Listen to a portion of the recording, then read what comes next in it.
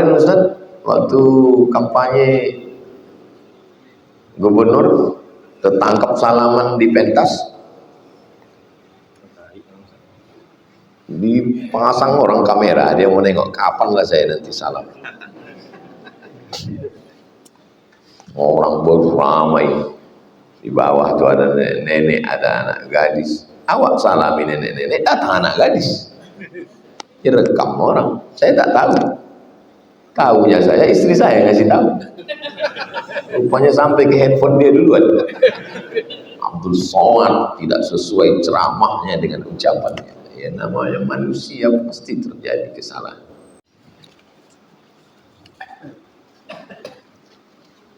Bagaimana cara menjelaskan ke keluarga bahwa tidak boleh bersalaman karena bukan mahram? Nabi seumur hidupnya tidak pernah menyentuh tangan perempuan yang tak mahram. Kalau ada hadisnya Nabi menyentuh tangan perempuan yang tak mahram, bawakan ke sini. Satu, kita ikut Nabi. Ditusukkan paku dari api neraka ke tapak tangan kamu. Dipaku dari api neraka merah, ditusukkan. Lebih baik min antamussa yadam ra'atin la tahillu lahu, daripada menyentuh tangan perempuan yang tak mahram. Cukup. Kami tak bisa menjelaskan. Potong video ini. Potong video ini. Share bagi. Datang wali murid, disuruhnya anaknya salam ke saya. Salam Ustaz, salam Ustaz. Kami di pondok ini tidak ada salaman dengan Ustaz. Tak ada salaman dengan santri perempuan. Tak ada sapu-sapu kepala. Tak boleh berdua. Ustaz mesti ada ustazah istri Ustaz. 590 orang santri. Tak ada yang perempuan itu pernah salaman sama saya. Tak boleh.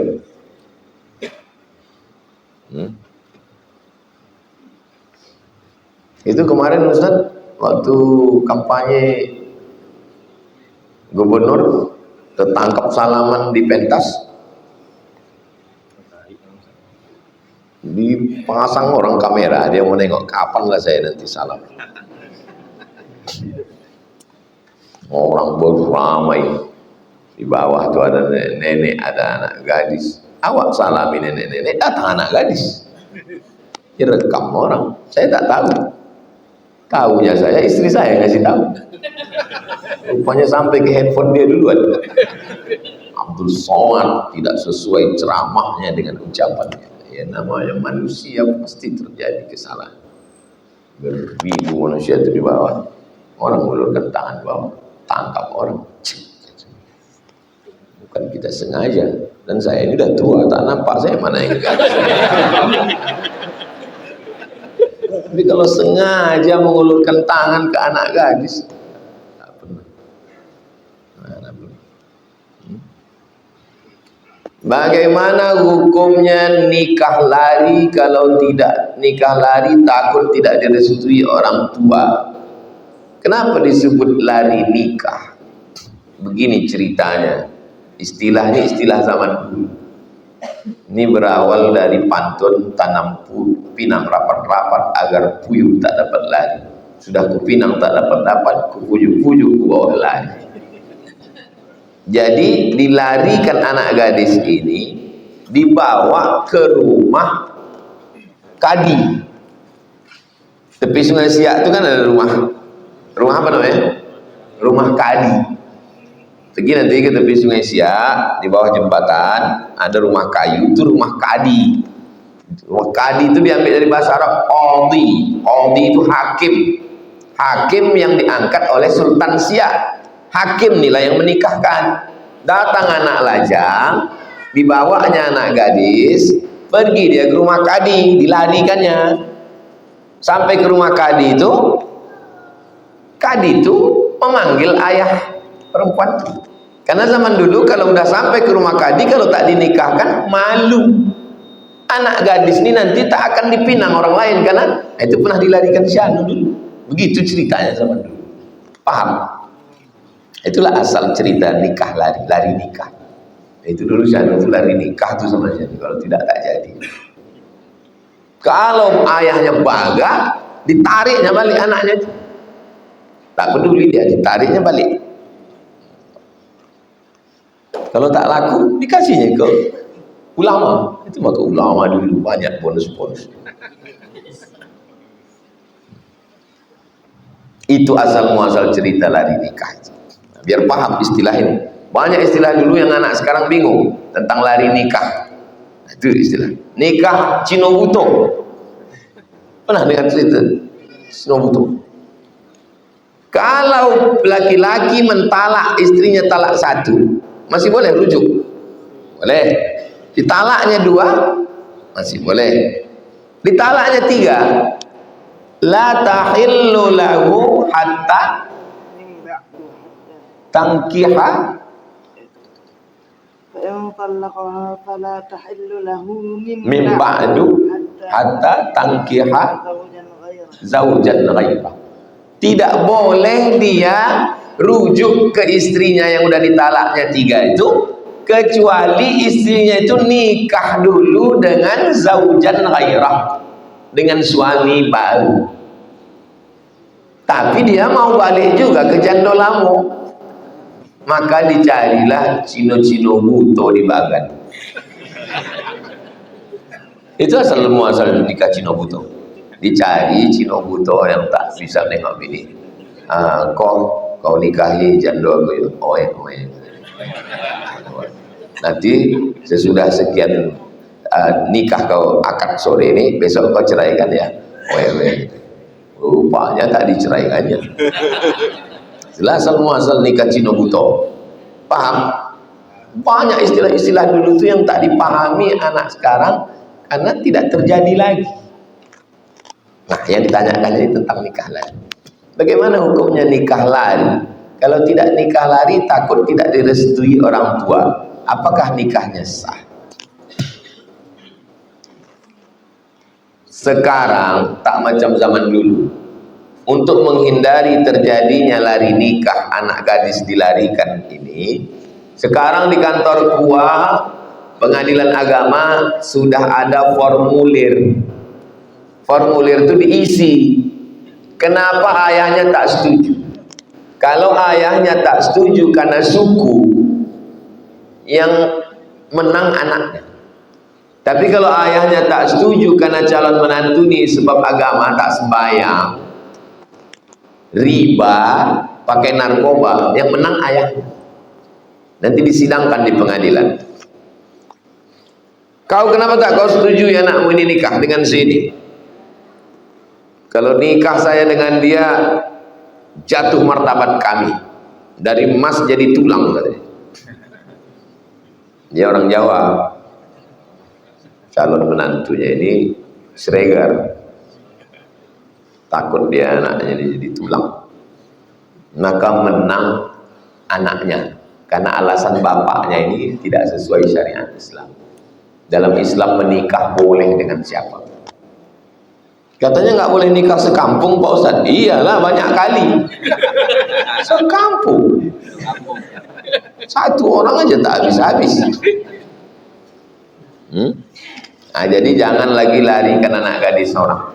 Kalian jangan lagi nikah lari, tak bagus. Seumur hidup ceritanya tak bagus. Anak kalian nanti diceritakan orang, ayah kau dulu melarikan mak kau. Patutlah kau suka lari pagi katanya.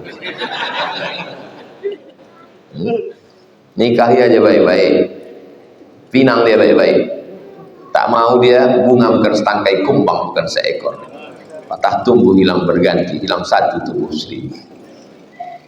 Bagaimana hukumnya menjomblo karena masih fokus menuntut ilmu, sementara orang tua mendesak untuk nikah? Apakah menolak perintah orang tua itu durhaka? Enak kali lah nasib kau ini. Suruh orang tua nikah, kau nikah, nikah itu tidak mengganggu studi. Itu ibu wakil rektor UIN itu kakak kelas saya dulu waktu di jurusan bahasa Arab, itu masih kuliah nikah, profesor dia. Di Mesir banyak Waktu saya ke Mesir 2017, adik-adik itu nanya, Ustaz, gimana kalau kami nikah? Bagus, saya bilang. Kau cari mahasiswi yang kaya, subsidi silang. Kan mahasiswi yang kaya, yang banyak duit orang tuanya, kirim, nikah.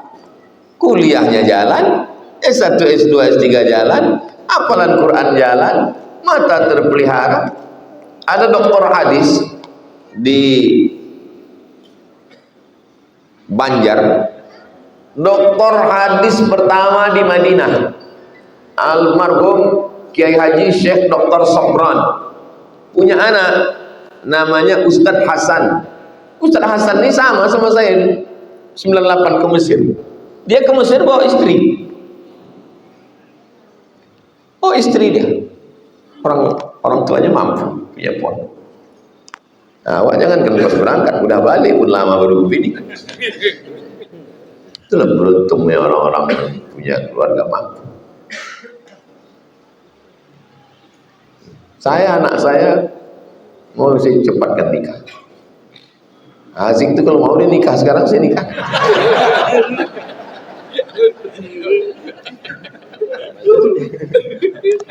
Bagus kalian nikah cepat. Almarhum Ustaz Arif bin Ilham umur 17 tahun ini nikahkannya anak.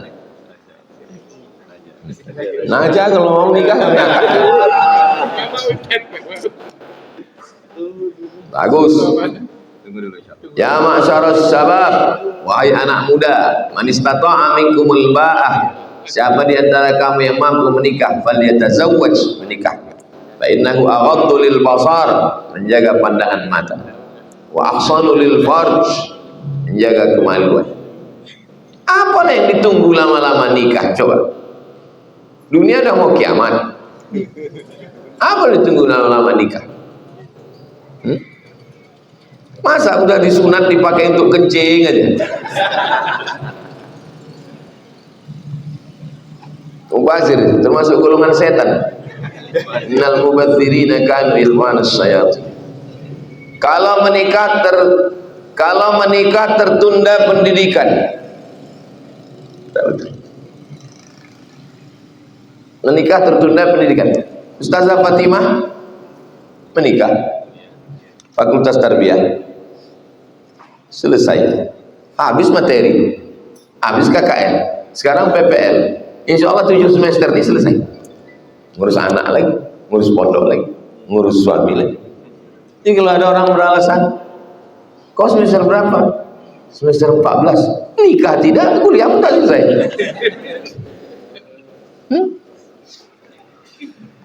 Mindsetnya harus diubah. Bagaimana hukumnya air lebih 2 kula, tapi air itu bau busuk? Apakah air itu dihukum najis? Air kalau sudah lewat 2 kula, berubah warnanya, berubah baunya, berubah rasanya, maka dia suci.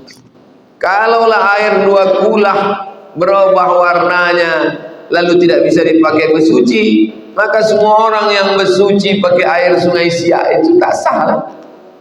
Air Sungai Siak itu kadang-kadang macam teh tarik, kadang-kadang macam cincau. Kalau mau merasakan sensasi mandi dengan Coca-Cola, datang ke Riau. Asal udah lewat masalah suka tak suka, jangan kaitkan antara sah tak sah. Airnya bau tanah, saya tak suka, itu kau tak suka, tapi bukan berarti tidak sah, asal lewat 2 bulan. Tolong yang punya bak di kamar mandi, ukur balik 60 cm ke samping, 60 cm ke atas. Kurang dari itu, yang bak kecil jangan bersuci, karena jatuh air sabun, jatuh air sampo, jatuh cuma macam-macam. Bagus pakai keran, tapi kalau baknya besar, nah itu lewat 2. Banyak pengurus masjid sudah senior, sepuh, tak mau melepas jabatannya sebagai pengurus masjid. Padahal tak ada inovasi yang dilakukan untuk meramaikan masjid. ini orang kena penyakit post power syndrome. Karena dulu pernah jadi pegawai, dihormati di kantor. Jadi setelah nggak ada kerjaan lagi, merasa tidak percaya diri, kena penyakit psikologis. Makanya banyak orang berpikir, aku nanti udah pensiun jadi pengurus masjid, jadilah. Itulah gantungan dia terakhir. Karena udah terbiasa memposisikan diri ketua ormas, ketua partai, kepala dinas, kepala badan, kepala kantor, direktur. Tiba-tiba nggak ada lagi, nggak ada jabatan. Merasa disepelekan orang, merasa diremehkan. Sebetulnya itu pikiran dia aja. Dia aja berpikir macam itu. Kita nengok dia biasa aja. Saya nengok orang yang pejabat dengan tak pejabat, bagi saya sama aja, manusia juga. Cuman dia aja merasa diri. Makanya kita jangan gila jabatan. Ada alhamdulillah, tak ada biasa aja. Jadi orang-orang yang model begini ini mestinya jangan jadi pengurus masjid, dibawa konsultasi psikolog. Karena jiwanya terganggu. Makanya saya sampaikan, Basnas jangan sampai jadi tempat panti jompo. Basnas, badan wakaf, lembaga adat, itu mestinya orang-orang muda yang cerdas, yang berpikir, inovasi, visi misi ke depan. Tapi kalau di situ orang pun segan, biarlah Pak Ustaz, sementara malaikat maut datang kita. Akhirnya masjid nggak bisa buat apa. Tengok Masjid An-Nur sekarang, Dr. Zulikro, anak muda, tengok kegiatannya, baca kitab, daurah, semangat. Jadi kalau mau memperbaiki, nggak apa juga orang tua, tapi yang pikirannya muda, yang semangat. Tidak semua orang tua gitu. Banyak pengurus yang hanya selalu memikirkan bangunan masjid, sampai banyak menara, sementara program lain tidak ada, seperti kajian sosial ekonomi. Nanti kita minta Ustaz Zul Ikrami Masjid An-Nur, semua pengurus masjid buatkan pelatihan. Masjid-masjid yang bagus di Indonesia, Masjid Kapal Munzalan Ustaz Luqmanul Hakim, Pontianak. Ada lagi Masjid Jogo Karyan di Yogyakarta. Nanti kita mintakan membuat pelatihan supaya ketua pengurus masjid ikut pelatihan, insya Allah, supaya dia tidak memikirkan menara yang dalam pikiran. Di dalam masjid ada tiang. Ada tiang.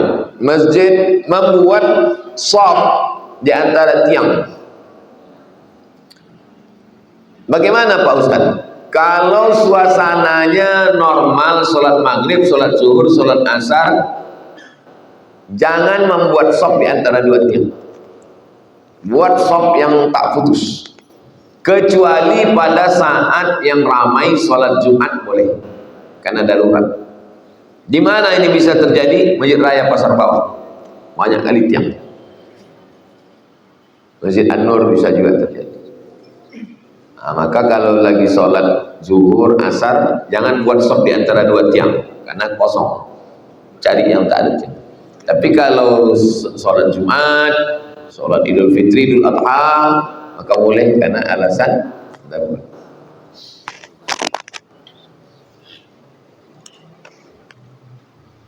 Lebih utama sholat di masjid apa?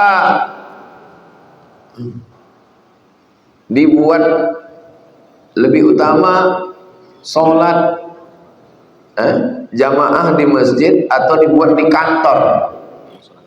Musola kantor, musola kantor yang ada di kantor-kantor di Pekanbaru itu sebetulnya bukan masjid. Masjid itu dua, ada masjid jami, ada masjid tidak jami. Masjid yang tidak jami ada 5 waktu, subuh, zuhur, asar, maghrib, isya. Ada 5 waktu, tapi tak ada Jumat. Itu namanya masjid. Kalau ini ada Jumat, namanya masjid jami. Cuman 2 tuh. Ini Masjid Nabawi, ini arah kiblat.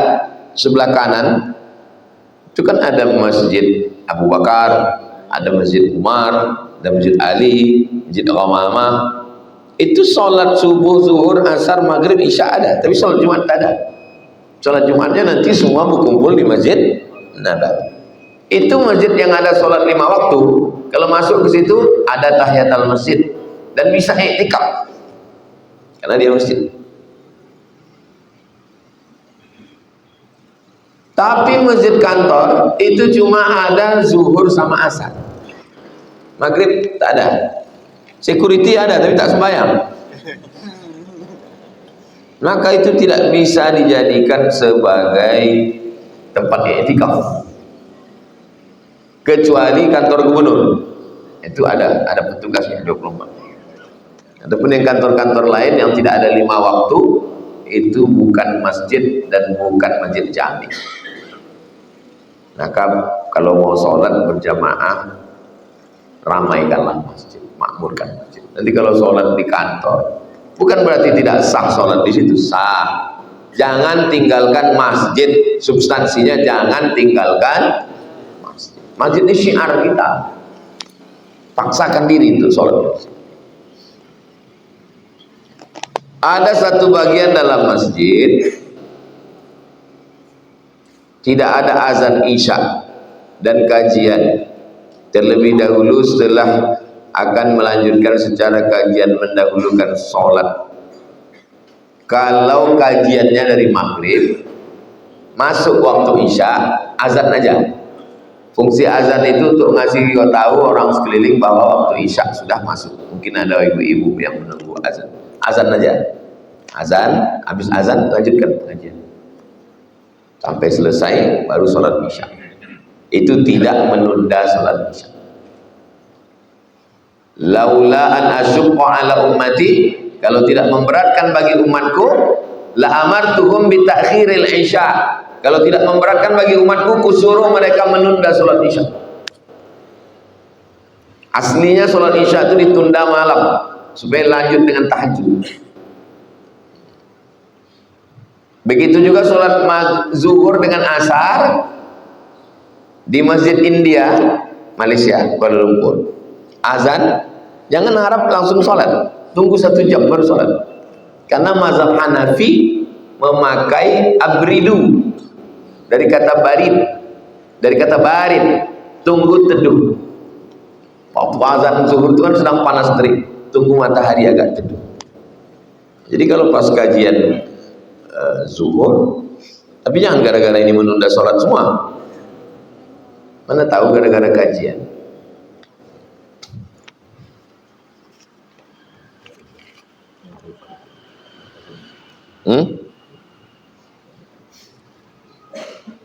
Saya salah satu mitra di bisnis batasan masjid, mitra Pak Ipo Santosa, British Propolis. Ipo Santosa dulu Pak Hamdan Said yang punya tanah depan Mall SKA. Rumahnya di depan Masjid Akramun Nas. Ustaz Somad, ini saya kasih hadiah buku entrepreneur terbaik nomor 1 Asia Tenggara, Ipo Santosa, orang Riau nih Ustaz. Dan saya sampai di Jakarta jumpa, baik orang. Beliaulah yang mengasih mobil untuk Yayasan Tabung Wakaf Umat, mobil 4x4 yang membawa beras ke kampung-kampung. Itu dari British Propolis. Orang baik, dakwah. Yang ingin saya tanyakan, sampai mana mendengar halaman masjid termasuk masjid? Kalau aula masjid, kenapa ini saya tanyakan? Karena ada kekhawatiran saya ketika saya promo produk dalam masjid, takutnya termasuk jual beli dalam masjid. Dia nanya batasan masjid. jual British propolis di halaman masjid, lalu datang pengurus, la arbahallahu tijaratan, semoga peruntungan tidak dapat untung niaganya. Kenapa? Karena kau jualan di masjid. Batasan masjid ini yang mana batasan masjid? Pendapat pertama mengatakan batasan masjid semua yang berada di bawah atap masjid. Pendapat pertama, semua yang berada di bawah atap masjid, maka berarti itu adalah masjid. Siapa yang setuju dengan pendapat ini? Siapa yang setuju dengan pendapat ini? Berarti semua imam, jamaah, pejabat yang kencing di kamar mandi di samping imam Masjid An-Nur berarti kencing dalam masjid, karena toiletnya di dalam atap masjid. Masjid Jalan Sumatera, Masjid Al-Falah, di samping imam Al-Falah itu ada toilet situ. Maka pendapat yang pertama ini tak bisa pakai. Lalu yang disebut dengan masjid itu yang mana? Bukan yang menyatu dengan atap, tempat yang biasa dipakai sholat. Masjid ini mana yang masjid? Inilah yang masjid.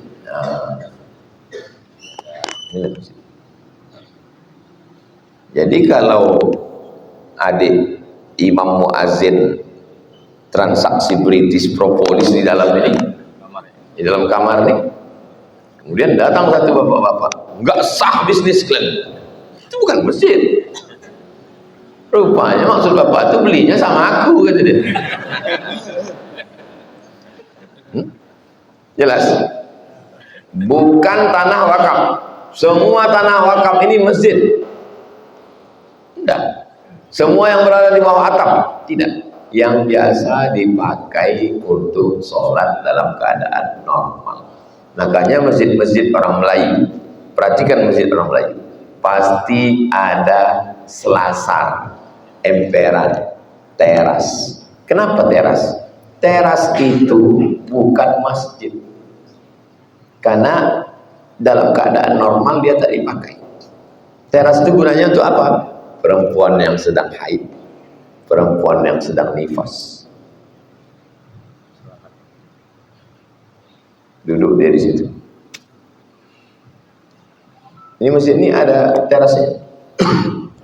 Buatkan teras supaya kalau ada pengajian sore Jumat di sini, perempuan ini, rumah kita perumahan ramai, dia tak masuk dalam, dia duduk di selasar, duduk di teras.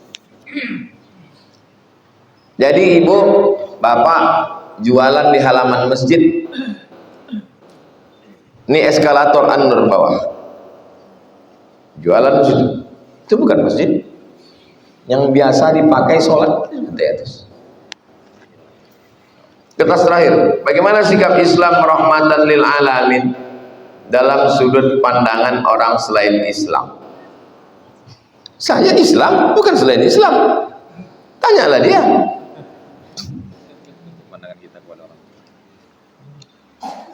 Kalau mau tahu macam mana Islam di mata orang tak Islam, tanya orang tak Islam.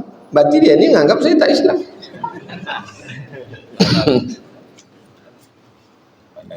Beli buku orang tak Islam, cari buku orang tak Islam yang cerita tentang Islam. Judul bukunya History of Prophet Muhammad. Penulisnya namanya Karen Armstrong, mantan biarawati. Karen Armstrong. Buku dia yang pertama bestseller, History of God, sejarah Tuhan. Habis itu dia tulis lagi sejarah Muhammad.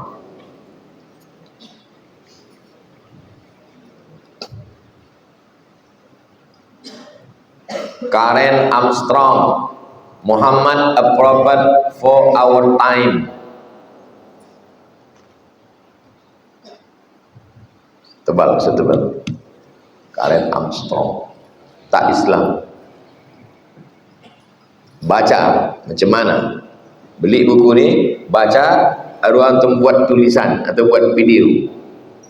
Menurut Karen Armstrong di halaman sekian tentang Muhammad SAW. Satu lagi Michael H. Hart. Michael H. Hart 100 ranking.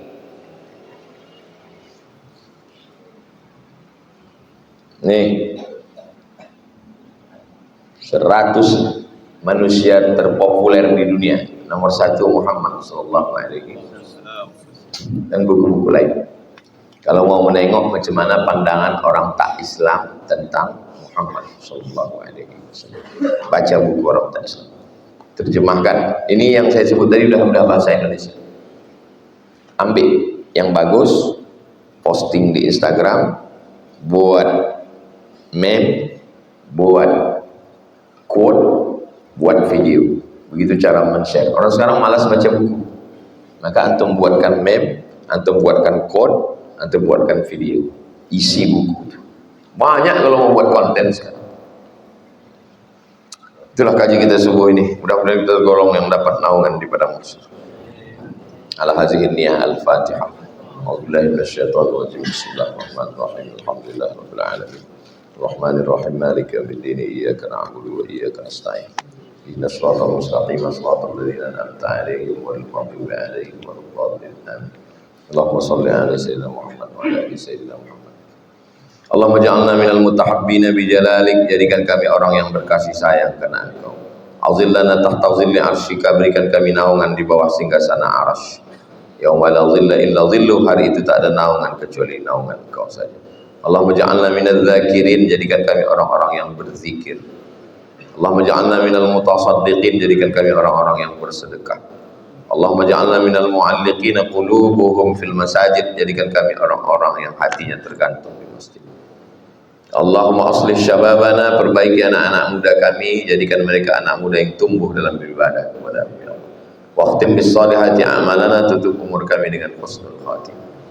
Wajma'na ma'al habibil mustafa fi jannatikal ula, satukan kami, kumpulkan kami bersama Rasulullah dalam surga jannatul firdaus. Rabbana atina fid dunya hasanah wa fil akhirati hasanah wa qina adzabannar. Sallallahu ala sayyidina Muhammad wa ala alihi wasallam. Alhamdulillahirabbil alamin. Taqabbalallahu minkum.